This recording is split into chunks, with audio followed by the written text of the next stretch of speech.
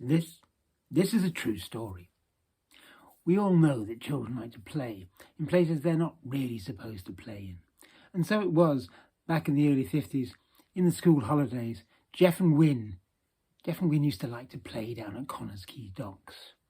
They remembered stories their grandfathers had told them about all the boats that used to come in. Hundreds of boats, so they said. But when Jeff and Wynn were there, the place had seen better days. The mud looked greyer and smellier, the seagulls flew round, and only one or two boats used to come in and unload things on the nearby docks. There was an old steam crane that would help out sometimes, lifting the goods on the boats and putting them on trucks on the railway lines that came into the place. The steam train was something from old bygone days.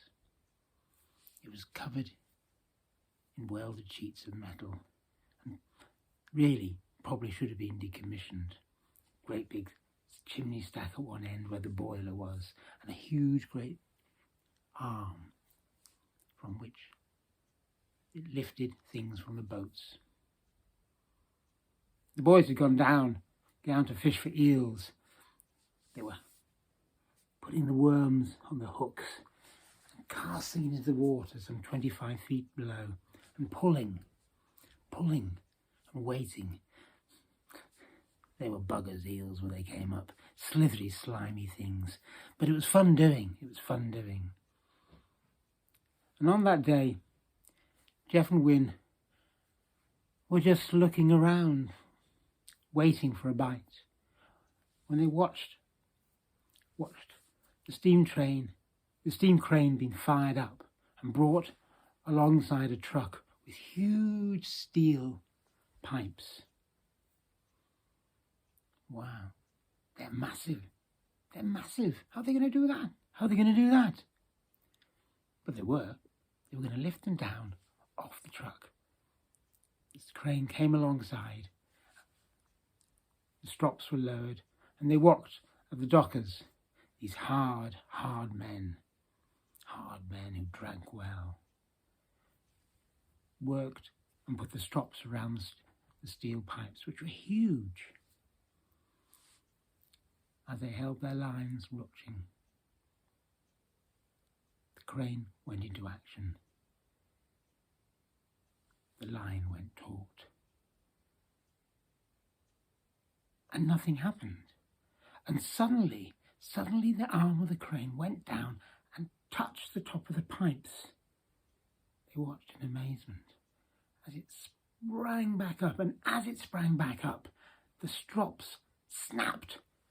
And as if in slow motion, the whole crane rolled backwards towards the dock edge. And it didn't stop. It went onto its back completely and splash! Ended up in the water through a cloud of smoke and steam. The boys jumped up. Where's the driver?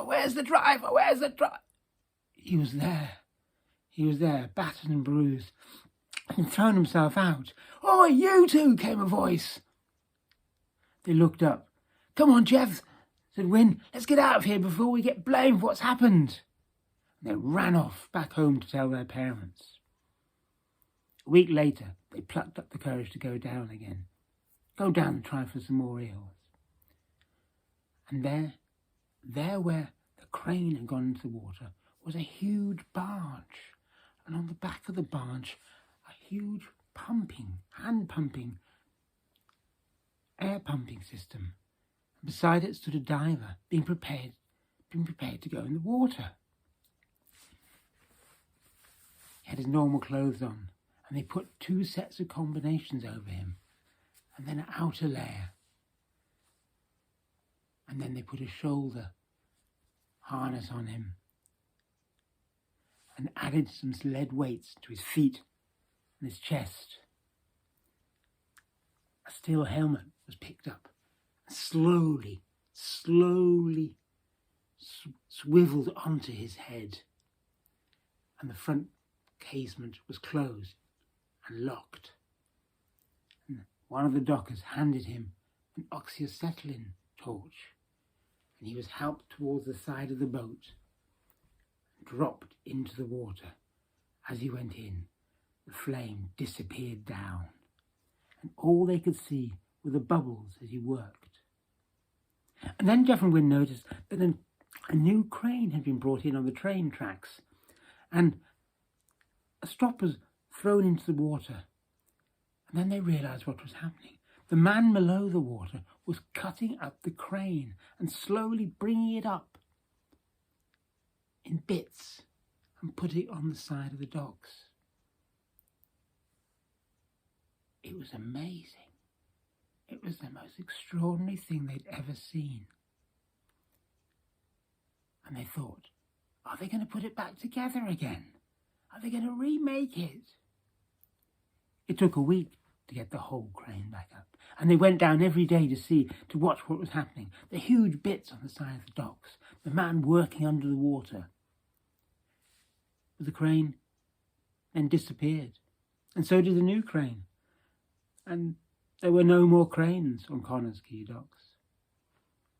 And over time, the boys realised when they went down, the boat stopped coming. And they'd seen the last crane at Connah's Quay dock and the change to what it was today.